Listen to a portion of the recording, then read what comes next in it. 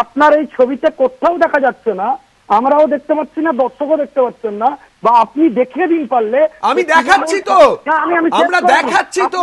শেষ করতে দিন, নাহলে আপনি বলুন, তারপর আমি বলবো।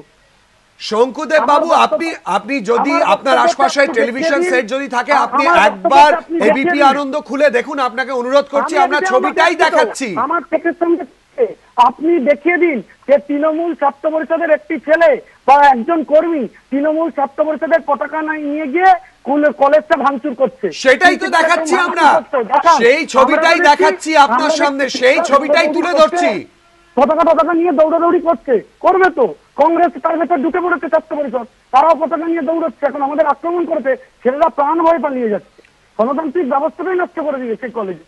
শঙ্কুদেব বাবু, একটু আমাদের সঙ্গে থাকুন। আপনি বলেছেন রাহুল বাবু আমাদের সঙ্গে রয়েছেন। রাহুল বাবু, আপনি শুনলেন শঙ্কুদেব বাবু সরাসরি অভিযোগ করছেন তৃণমূল ছাত্র পরিষদের পতাকা হাতে নিয়ে আপনারা নাকি ভাঙচুর করেছেন, অর্থাৎ ছাত্র পরিষদ। কি বলবেন? প্রথম কথা, এর থেকে মানে এত কিছু ঘটার পরেও সাধারণ দর্শক দেখতে পাচ্ছেন, এতটুকু লজ্জা করবে কথাগুলো বলা যেত না। তাদের যারা ছিলেন, আমি দায়িত্ব নিয়ে বলছি, আপনাদের ক্যামেরা সেখানে ছিল, এখনো আপনারা যান নবীন বরণের জন্য আগামীকাল দিয়ে দেখেন। আমি রাহুলের সাথে তর্ক করতে চাই না, ঝগড়া মারামারি আপনি কথা বলবেন না। আপনি যেটা বলতে চাইছেন সেটা কারো কাছে পরিষ্কার নয়। পরিষ্কার সবার কাছে, জনগণ দেখছে মশাই।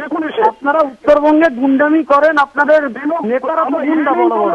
শঙ্কুদেব বাবু শুনুন, আপনার শঙ্কুদেব বাবু একটু ধৈর্য ধরুন। আপনি যখন বলতে চেয়েছেন ধৈর্য ধরে আপনি বলেছেন, রাহুল বাবু একটু বলতে চাইছেন, আমি ওনাকে প্রশ্ন করেছি, রাহুল বাবু বলে নিন শঙ্কুদেব বাবু, তারপর আপনি বলবেন, নাহলে শোনাই যাবে না। রাহুল বাবু, আপনি বলুন। আপনারা ফেসাস কেন করছেন?